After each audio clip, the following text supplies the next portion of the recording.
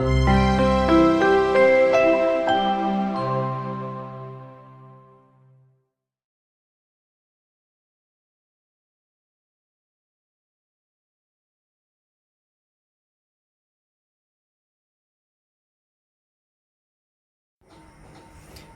दोस्तों, welcome to our channel. आज हम पढ़ेंगे चरक सूत्र स्थान का 10वां अध्याय, जिसका नाम है महाचतुष्पादम अध्याय। दोस्तों, इसके पहले वाले लेसन में 9वें अध्याय में हमने खुड्डाक चतुष्पादम अध्याय का वर्णन देखा, जिसमें संक्षिप्त में चतुष्पादों का वर्णन हुआ था। इस अध्याय में महाचतुष्पादम अध्याय का वर्णन किया गया है। अथातो महाचतुष्पादम अध्यायम व्याख्यास्याम। अब खुड्डाक चतुष्पाद के बाद महाचतुष्पाद अध्याय की व्याख्या की जाएगी। इति ह श्याम भगवान आत्रेय, जैसा कि भगवान आत्रेय ने कहा। दोस्तों, इसके पहले अध्याय में हमने क्या देखा? षोडश गुण युक्त चिकित्सा के 4 पादों का उपदेश किया गया। षोडश, यहाँ पे षोडश का अर्थात कितना होगा दोस्तों? 16। कितना होगा? 16। मतलब चिकित्सा के 4 पाद, और वो चारों पादों के 4 के क्या थे? गुण थे। तो 4 इंटू 4 कितना हो जाएगा? 16। षोडश गुणयुक्त चिकित्सा के 4 पादों का उपदेश किया गया है, जो रोग शांति में आवश्यक है। किंतु यह भी देखा जाता है कि चतुष्पाद के रहते पे भी रोगी क्या हो जाता है? मर जाता है, तथा बिना चतुष्पाद के भी रोग की शांति हो जाती है। इस प्रकार दिखलाई पड़ने वाली अनेक विप्रतिपत्तियों का समाधान इस महाचतुष्पाद अध्याय में किया जाएगा। चतुष्पाद की सार्थकता से संबंधित विवाद क्या क्या थे? चतुष्पाद की सार्थकता। षोडश कलाओं से युक्त चतुष्पाद भेषज होता है। षोडश कलाओं से युक्त मतलब षोडश गुणों से युक्त कौन होता है? चतुष्पाद भेषज चिकित्सा होता है। ऐसा वैद्य समुदाय कहता है। कौन कहता है ऐसा? वैद्य समुदाय ऐसा कहता है। जो पहले के अध्याय में षोडश शब्द से कहा गया है, यह षोडश गुणयुक्त चतुष्पाद भेषज युक्ति युक्त प्रयुक्त होने पर भी वैद्य आरोग्यदान में समर्थ होता है। ऐसा कौन कहा? भगवान पुनर्वसु आत्रेय ने कहा। पहला हम देखेंगे, इसमें पूर्व पक्ष देखेंगे। किसका था? मैत्रेय का चतुष्पाद विषयक विचार। उन्होंने क्या बोला? मैत्रेय ने अभी क्या बोला हम लोग वो देखेंगे। मैत्रेय की क्या हुई? शंका हुई। क्या शंका हुई? भगवान पुनर्वसु आत्रेय ने इन वचनों को सुनकर, ठीक है, मतलब आत्रेय ने जो बोला, उनके इन वचनों को सुनकर मैत्रेय ने कहा, नहीं, आप कह रहे हैं वह ठीक नहीं है, क्योंकि प्रत्यक्ष देखा जाता है कि चिकित्सा के सभी उपकरणों और सेवक मतलब नौकर से युक्त कुछ रोगी जितेंद्रिय रहते हुए कुशल वैद्य से चिकित्सा कराकर रोग निर्मुक्त हो जाते हैं। किंतु चिकित्सा के सभी उपकरण एवं गुणवान चतुष्पाद के रहते हुए भी कुछ रोगी क्या होते हैं? मर जाते हैं। अतः आरोग्य के प्रति औसत कारण नहीं है। उन्होंने क्या बोला दोस्तों कि कुछ रोगी जो होते हैं, मतलब चिकित्सा कराने के बाद, वैद्य से चिकित्सा कराने के बाद रोग से क्या होते हैं? निर्मुक्त हो जाते हैं, मतलब रोग दूर हो जाते हैं। लेकिन कुछ ऐसे रोगी होते हैं जो क्या होते हैं, मतलब औषध देने के बाद भी मर जाते हैं। तो उसमें उन्होंने ये बोला कि अतः आरोग्य के प्रति कौन कारण नहीं है? औषध कारण नहीं है। अब यहाँ पे दृष्टांत देखते हैं। दृष्टांत से हम समझेंगे कि उन्होंने क्या बोला। जैसे एक बड़े गहरे गड्ढे या तालाब में थोड़ा जल अथवा बहती हुई नदी या धूल में ढेर में एक मुट्ठी धूल छोड़ देने से कोई लाभ नहीं होता। मतलब मान लीजिए कोई बहुत बड़ा तालाब है या फिर बहुत बड़ा गड्ढा है, नदी है, उसमें थोड़ा सा हम एक मुट्ठी क्या कर रहे हैं? धूल, मिट्टी उसमें डाल दे रहे हैं, तो उससे कोई लाभ होगा? नहीं होगा। और दूसरे कुछ रोगी चिकित्सा के साधन तथा परिचारक के न रहते हुए स्वयं असंयमी रहते हुए मूर्ख वैद्य द्वारा चिकित्सा कराकर आरोग्य लाभ कर लेते हैं। लेकिन यहाँ पे बोला गया है कि लेकिन कुछ रोगी ऐसे होते हैं जो कि मतलब परिचारक के न रहते हुए जो मतलब स्वयं असंयमी रहते हुए मूर्ख वैद्य यहाँ पे उसको बोला गया है जिसको न तो थियोरेटिकल नॉलेज है न ही प्रैक्टिकली नॉलेज है, उसको क्या बोला गया है? मूर्ख वैद्य बोला गया है। तो कभी कभी लोग उसके पास जाकर, मूर्ख वैद्य के पास जाकर चिकित्सा कराते हैं तो वो क्या होते हैं? आरोग्य लाभ कर लेते हैं, मतलब रोग से निर्मुक्त हो जाते हैं।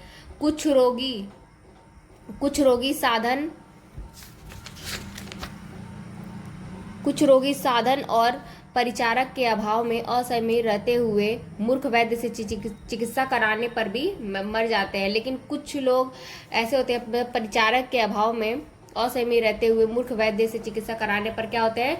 मर जाते हैं, क्योंकि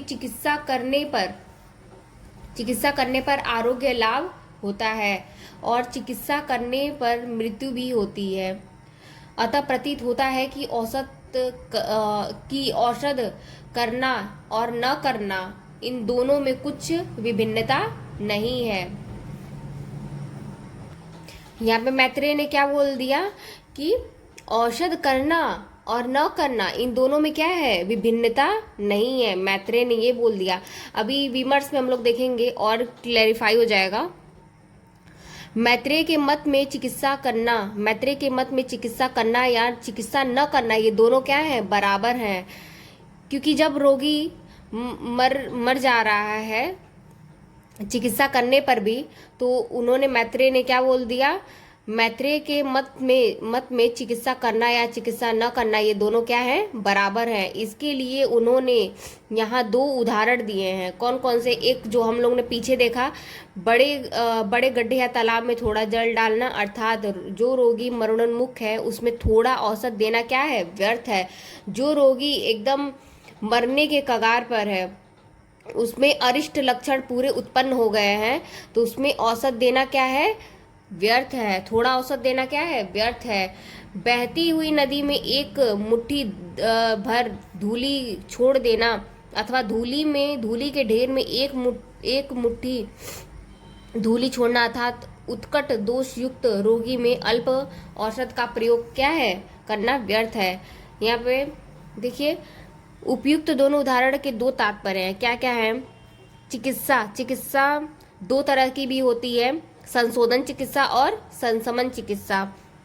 जल का उदाहरण देकर संशोधन चिकित्सा को और धूलि का उदाहरण देकर किसको बोला गया है? संशमन चिकित्सा को क्या बोला है? व्यर्थ सिद्ध किया गया है। अथवा अपतर्पण, 2 प्रकार की भी और चिकित्सा होती है, अपतर्पण और संतर्पण। तो यहाँ पे धूलि का दृष्टांत अपतर्पण के लिए बोला गया है और जल का दृष्टांत देकर किसको बोला गया है? संतर्पण चिकित्सा को व्यर्थ सिद्ध करने के लिए दिया गया है। यहाँ पे ये उदाहरण देते हुए मैत्रेय ने यह शंका उपस्थित की है कि जब अपने भाग्य से ही रोगी जीते हैं और मरते हैं।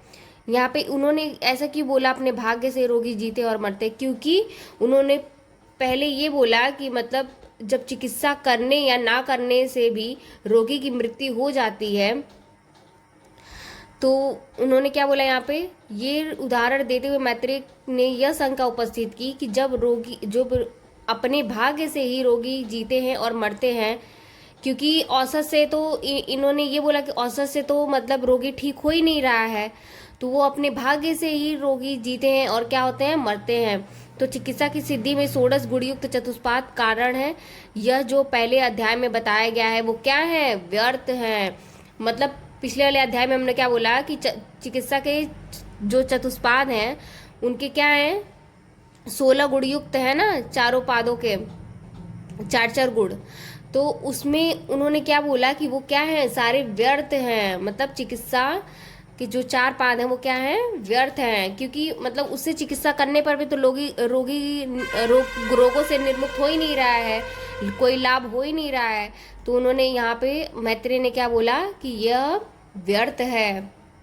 जो कोई भी रोगी अच्छा होता या मरता है उसमें केवल उसका भाग्य ही कारण है। मैत्रेय ने क्या बोला? भाग्य को बताया है कि भाग्य से ही रोगी मरते हैं और जीते हैं और वही कारण है। उपयुक्त शंका आज भी उतनी ही सत्य है जितनी सहस्त्र अब्दियों पूर्व सत्य थी। अब आत्रेय ने क्या बोला, उत्तर पक्ष में आत्रेय ने क्या बोला, पूर्व पक्ष में इन्होंने मैत्रेय ने शंका, पूर्व पक्ष में मैत्रेय ने शंका उपस्थित की, उत्तर पक्ष में आत्रेय ने क्या बोला, आत्रेय का चतुष्पाद विषयक सार्थकता समर्थन, क्या बोला उन्होंने, आत्रेय का समाधान। आचार्य पुनर्वसु, आत्रेय ने कहा कि मैत्रेय, हे मैत्रेय, आप क्या हैं, गलत सोच रहे हैं। षोडश गुणयुक्त से युक्त चिकित्सा से चिकित्सक होने पर भी रोगी मर जाते हैं, यह ठीक नहीं है, क्योंकि औसत प्रयोग से साध्य होने वाली व्याधियों में औसत का प्रयोग व्यर्थ नहीं होता है, और षोडश कल चिकित्सा के बिना भी रोग उन्मुख हो जाने वाले रोगी की चिकित्सा षोडश गुणयुक्त चिकित्सा की कोई विशेष आवश्यकता नहीं है। यह बात भी नहीं है, क्योंकि जैसे कोई मनुष्य फिसल कर गिर पड़ा हो और स्वयं उठ खड़े होने में समर्थ भी नहीं हो, पर यदि दूसरा व्यक्ति अपना बल लगाकर हाथ पकड़कर उठा दे तो वह गिरा हुआ व्यक्ति क्या होता है, शीघ्र ही उठ खड़ा होता है। इसी तरह जो रोगी स्वयं साध्य है उस पर यदि संपूर्ण चिकित्सा का प्रयोग किया जाए तो वह क्या होंगे, अति शीघ्र आरोग्य लाभ करता है। अर्थात दोस्तों यहाँ पे एक बात जानिए कि मान लीजिए कोई मनुष्य है, वह फिसलकर क्या हो गया है, गिर गया है, ठीक है, और वो अपने से उठने में क्या है, सक्षम नहीं है, समर्थ नहीं है, तो हम क्या करते हैं, अपना बल लगाकर उसका हाथ पकड़कर, ठीक है, उसको क्या करते हैं, गिरे हुए व्यक्ति को क्या करते हैं, उठाते हैं, तो वह रोगी क्या है, स्वयं साध्य है। और या फिर उसकी अगर चिकित्सा की जाए, संपूर्ण चिकित्सा का प्रयोग किया जाए तो वो क्या होते हैं, अतिशीघ्र आरोग्य लाभ करता है। इसका तात्पर्य है दोस्तों कि मतलब मान लीजिए किसी इंसान को कोई डिसीज है, मतलब अभी वो संचय अवस्था में है, तो उसको हम क्या करेंगे, उसको वह संचय अवस्था में ही उसका चिकित्सा करके उसको क्या कर सकते हैं, उसको आरोग्य लाभ करा सकते हैं।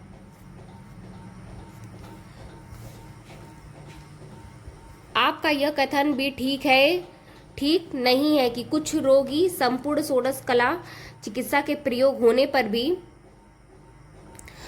पर भी मर जाते हैं, क्योंकि यह कोई आवश्यक नहीं है कि जितने रोगियों की षोडश कल चिकित्सा की जाती है वे सभी अच्छे ही हो जाएं, क्योंकि सभी व्याधियां चिकित्सा से साक्ष्य नहीं होती हैं। जो रोग उपाय या फिर चिकित्सा से साध्य हैं वे बिना चिकित्सा के अच्छे भी नहीं होते हैं। क्या बोला गया है, मान लीजिए मतलब व्याधियां दो प्रकार से होती है ना, रोग दो प्रकार से होते हैं ना, साध्य कितने होते हैं, साध्य रोग और असाध्य रोग। तो हमें किसकी चिकित्सा करनी चाहिए, साध्य रोगों की ही चिकित्सा करनी चाहिए, असाध्य व्याधियों की क्या चिकित्सा नहीं करनी चाहिए। तो यहाँ पे बोला है कि जो साध्य व्याधियां हैं वो तो ठीक है, साध्य मतलब वो ठीक हो जाएगा, क्यूरेबल है, लेकिन उनके लिए भी हमें क्या करना है, चिकित्सा करना है, वरना वो भी एक टाइम के बाद क्या हो सकते हैं, क्रोनिक हो सकते हैं, असाध्य हो सकते हैं। तो यहाँ पे वही बोला गया है कि जो रोग चिकित्सा से साध्य होते हैं वे बिना चिकित्सा के अच्छे भी नहीं होते हैं, अर्थात चिकित्सा आवश्यक है। असाध्य व्याधियों के लिए इन षोडश कल भेषज चिकित्सा का विधान भी नहीं है। देखिए दोस्तों यहाँ पे ऑलरेडी लिखा हुआ है कि असाध्य व्याधियों का क्या है, चिकित्सा करने का विधान नहीं है, क्योंकि विद्वान और ज्ञान संपन्न वैद्य भी मरणोन्मुख रोगियों को अच्छा करने में समर्थ नहीं होते। जो असाध्य व्याधियों की चिकित्सा कोई मान लीजिए अगर कोई कर भी रहा है तो वो उसमें समर्थ नहीं होगा। चिकित्सा करते समय परीक्षा करने के बाद जो कार्य करते हैं वे ही सफल होते हैं। जैसे धनुष पर बाण रखने की विधि जानने वाला और बाण चलाने में अभ्यस्त व्यक्ति का लक्ष्य बहुत दूर न हो और उस लक्ष्य का स्वरूप बड़ा हो तो वह लक्ष्य वेधने में विफल नहीं होता है, किंतु पूर्ण सफल रहता है। इसी प्रकार अपने गुणों से युक्त वैद्य चिकित्सा की सभी सामग्रियों से युक्त होकर रोगियों के साथ असाध्य रोगियों की परीक्षा कर चिकित्सा का प्रयोग करता है तो साध्य रोगों में विफल नहीं होता है। यहाँ पे क्या बोला गया है, चिकित्सा जब सभी सामग्रियों से युक्त, सभी सामग्रियां जैसे कि उनका जितने भी चिकित्सा में जो भी यंत्र शस्त्र जो भी हैं चिकित्सा के चार पद वो सब गुणयुक्त, मतलब सब कुछ जब चिकित्सक के पास होता है, वैद्य के पास होता है और वह यह भी जान लेता है कि वह व्याधि साध्य है कि असाध्य है, कैसे जानेगा, रोगी की परीक्षा करके वह साध्य और असाध्य व्याधियों को जानकारी अगर चिकित्सा का प्रयोग करता है तो वह साध्य रोगों में विफल कभी नहीं होता है। मतलब साध्य रोगों में कभी विफल नहीं होता है, वह सफलता को क्या होता है, प्राप्त होता है, अपितु रोगियों को आरोग्य लाभ से युक्त कर देता है। क्या कर देता है, जो रोगी हैं उनको क्या करता है, आरोग्य लाभ से युक्त कर देता है। इसलिए यह कहना ठीक नहीं है क्योंकि चिकित्सा और अचिकित्सा इन दोनों में भिन्नता नहीं है। तो उन्होंने पुनर्वसु आत्रेय ने क्या बोला मैत्रेय को कि यह कहना ठीक नहीं है, क्या ठीक नहीं है, कि चिकित्सा और अचिकित्सा इन दोनों में भिन्नता नहीं है। तो इसका तात्पर्य है कि चिकित्सा करना और अचिकित्सा करना इनमें बहुत बहुत बड़ा डिफरेंस है। तो उन्होंने मैत्रेय को कहा कि आप ऐसे मत बोलिए, आप ऐसे मत कहिए कि चिकित्सा और अचिकित्सा में भिन्नता नहीं है, अर्थात बहुत भिन्नता है।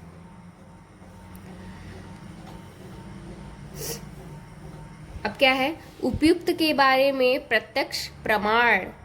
यह प्रत्यक्ष है कि हम दोष मुक्त रोगियों की चिकित्सा दोष रहित औषधों से, छीड़ रोगियों की चिकित्सा ब्रियण से, क्या है यहाँ पे, दोष मुक्त रोगियों की चिकित्सा, जैसे कि मान लीजिए कोई दोष मुक्त है रोगियों की चिकित्सा कैसे करेंगे, दोष रहित औषधों से करेंगे। अगर मान लीजिए कोई छीड़ व्यक्ति है, जो कृश व्यक्ति है, जो बहुत पतला है, उसकी चिकित्सा कैसे करेंगे, और छीड़ अर्थात ब्रियण औषधों से। ब्रियण यहाँ पे, ब्रियण मतलब क्या होता है, जो हमारे शरीर की क्या करता है, पुष्टि करता है, उससे चिकित्सा करेंगे, किसकी, छीड़ व्यक्तियों की।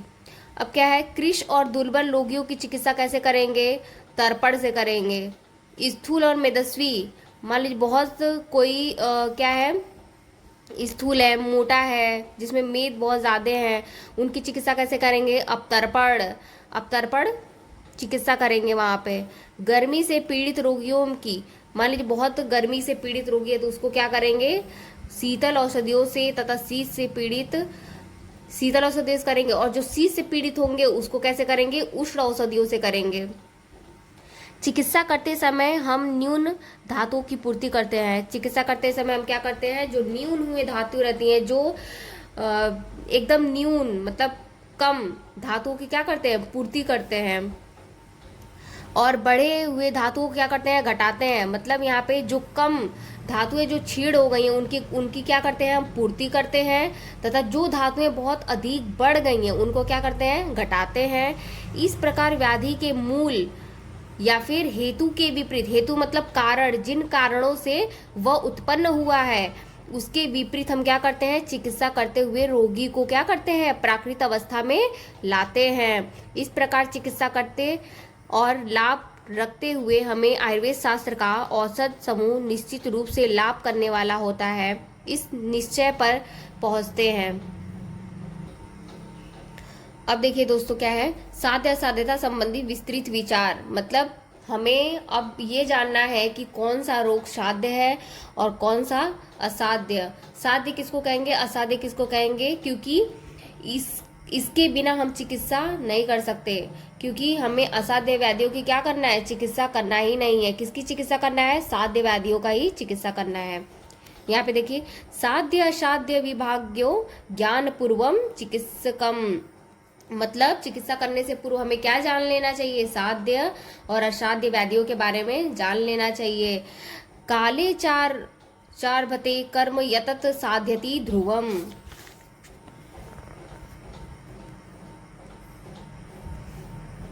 साध्य असाध्यता विचार से लाभ और हानि। क्या क्या हो सकते हैं लाभ और हानि?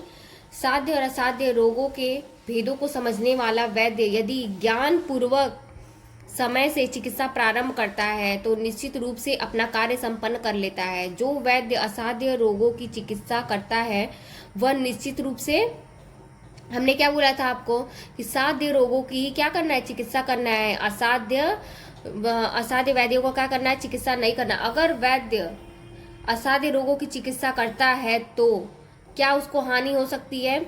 उसको धन की हानि हो सकती है। अर्थ, धन की हानि। विद्या, विद्या की अप्रतिष्ठा। यश, यहाँ पे क्या है, यश, यश की हानि प्राप्त होना। निंदा, निंदा का पात्र होना। रोगियों का संग्रह नहीं कर पाना। क्या है? रोगियों का संग्रह नहीं कर पाना। तो इसमें ये वाला आप लोग पढ़ लीजिएगा, बहुत इंपॉर्टेंट है। साध्य असाध्यता विचार से लाभ और हानि। लाभ तो हमने देख लिया, जो वैद्य साध्य रोग, जो व्यक्ति या फिर जो वैद्य साध्य रोगों को जानकर चिकित्सा प्रारंभ करता है तो वह निश्चित ही अपने कार्य में क्या होता है, सफल होता है। ये इसका लाभ हो गया। और इसके हानि में हम क्या लिखेंगे कि वैद्य अगर असाध्य रोगों की चिकित्सा करता है तो उसको निश्चित रूप से क्या होता है, धन की हानि होती है, विद्या की अप्रतिष्ठा होती है, यश का हानि होता है, निंदा का क्या बनता है, निंदा का पात्र बनता है पूरे समाज में, और रोगियों का संग्रह नहीं कर पाता है। अब क्या है यहाँ पे, साध्य असाध्यता के प्रकार। ये मोस्ट इंपॉर्टेंट है, ये 200 एग्जाम में भी पूछता है कि साध्य असाध्यता के प्रकार क्या क्या हैं। ठीक है, क्या है, सुख साध्यम मतम साध्यम कृच्छ साध्यम थपि च द्विधम च अपि साध्यम इष्यात याप्यम यत च अनुक्रमम। क्या क्या है, दो भेद होते हैं, सुख साध्य और कृच्छ साध्य। क्या है, सुख साध्य और कृच्छ साध्य। तो असाध्य साध्य रोगों के कितने भेद, साध्य रोगों के कितने भेद, सुख साध्य और कृच्छ साध्य। और असाध्य के भी कितने भेद, याप पे 2 भेद हैं, याप पे और अनुक्रम। अनुक्रम को और क्या बोलते हैं हम लोग, प्रत्याख्येय। साध्य मतलब क्यूरेबल, असाध्य मतलब इनक्यूरेबल। साध्य में 2 हैं, सुख साध्य और कृच्छ साध्य। सुख साध्य मतलब वो होता है कि जो इजिली हम क्या करते हैं, क्योर करते हैं, इजिली हम उसका व्याधि का नाश कर पाते हैं। कृच्छ साध्य मतलब चिकित्सा तो हो जाती है लेकिन थोड़ा सा उसमें क्या आती है, डिफिकल्टी आती है। यहाँ पे याप्य है और अनुक्रम मतलब प्रत्याख्य। इस वाले में देखिए इन दोनों में क्या है, विकल्प भेद से। ये किसका, ये कौन से भेद से हम लोग इसको देखेंगे, विकल्प भेद से देखेंगे। 3 भेद हैं, अल्प चिकित्सा साध्य। क्या है, अल्प चिकित्सा साध्य, मध्य चिकित्सा साध्य, उत्कृष्ट चिकित्सा साध्य। इसमें क्या है, विकल्पों न तो साध्या नाम, या इसको क्या बोला गया है, असाध्य का कोई क्या है, कोई भेद नहीं है। यहाँ पे ये टर्म इसको याद रखिएगा, विकल्पों न तो साध्या नाम। अब क्या है यहाँ पे, सुख साध्य रोगों का क्या है, सुख साध्य रोगों का स्वरूप। सुख साध्य रोगों का स्वरूप, यहाँ पे इसको ये वाला श्लोक पढ़ लीजिएगा। हेतव पूर्व रूपाणी अल्पानी यस्य च न च तुल्य गुणो दुष्यो न दोष प्रकृति भवेत् न च काल गुणे तुल्यो न देशो दुरुपक्रमा गतिरेका नवत्वम च रोगस्तो उपद्रवो न च। क्या है यहाँ पे, सुख साध्य रोगों का क्या है, हमें जानना है, स्वरूप जानना है कि सुख साध्य जो रोग होते हैं उनका स्वरूप कैसा होता है। ठीक है, कैसे हम जानेंगे कि वह रोग साध्य है। ठीक है, तो ऐसे पहचानेंगे। देखिए, रोग के हेतु, ठीक है, हेतु मतलब कारण देखेंगे, पुरुरूप देखेंगे। पुरुरूप किसको बोलते हैं, प्री सिम्टम्स, मतलब जो सिम्टम्स है उसके जो पूर्व लक्षण दिखाई देते हैं उसको क्या बोलते हैं, पुरुरूप बोलते हैं। और रूप किसको बोलते हैं, जो सिम्टम्स हमें लक्षण जो अभी प्रकट जो हमें दिखाई दे रहे हैं उसको क्या बोलते हैं, रूप। अल्प मात्रा के हो, जो हमारे निदान हेतु कारण पुरुरूप और रूप क्या हो, अल्प मात्रा में हो। दोष और दुष्य समान गुण वाले क्या हो, न हो। वरना अगर मान लीजिए दोष और दुष्य समान गुण वाले होंगे तो क्या होंगे, क्या होगा, व्याधि चिकित्सा करने में कठिनाई आएगी। रोग उत्पादक दोष रोगी की प्रकृति के अनुसार न हो। जो रोग उत्पादक दोष जो होते हैं वो क्या बोला गया है, रोगी के प्रकृति के अनुसार न हो। वरना इसमें भी क्या होंगे, रोग बहुत ज्यादा क्या होंगे, आसानी से शांत नहीं होंगे। मूल दोष के स्वाभाविक रूप से बिगड़ने का समय न हो। देश अर्थात कौन से देश में रोगी उत्पन्न मतलब जन्म हुआ है उसके अनुसार चिकित्सा करने में कठिनाई उत्पन्न करने वाला न हो। रोग एक गति वाला हो। रोग एक गति वाला हो क्योंकि अगर वो दोनों ऊर्ध्व अधः दोनों अगर मार्ग वाला होगा तो चिकित्सा करने में क्या होगा, कठिनाई होगा। नवीन और उपद्रव से नवीन हो। नवीन मतलब नया, मतलब रोग जो हो अभी नवीन हो, नया हो, अभी संचय अवस्था में ही क्या हो, अभी प्राप्त हुआ हो। उपद्रव से रहित हो मतलब कॉम्प्लिकेशन उसमें अभी नहीं आए हो।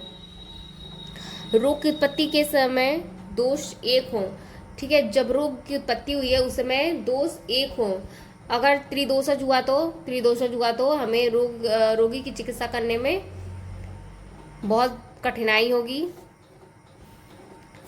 रोगी का शरीर सभी प्रकार की औषधियों का सेवन करने में समर्थ हो। मतलब जो रोगी का शरीर है वो सारे औषधियों का सेवन करने में क्या हो, समर्थ हो।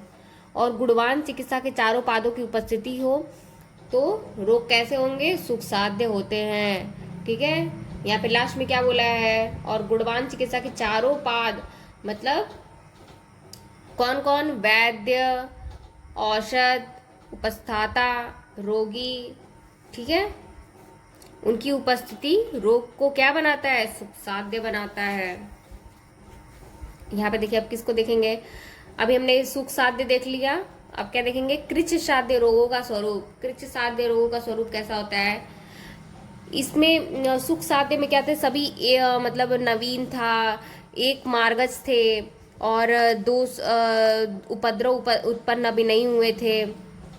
ठीक है, बल भी उसमें बहुत कम था।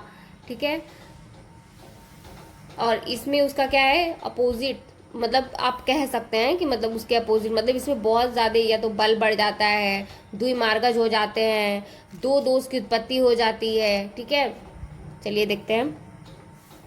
जिस रोग में हेतु पुरुरूप और रूप का मध्यम बल हो, क्या हो, मध्यम बल हो। यहाँ पे क्या था, सुख साध्य में अल्प बल था एकदम। ठीक है, अभी प्रकट नहीं हुए थे, मतलब एकदम अल्प था।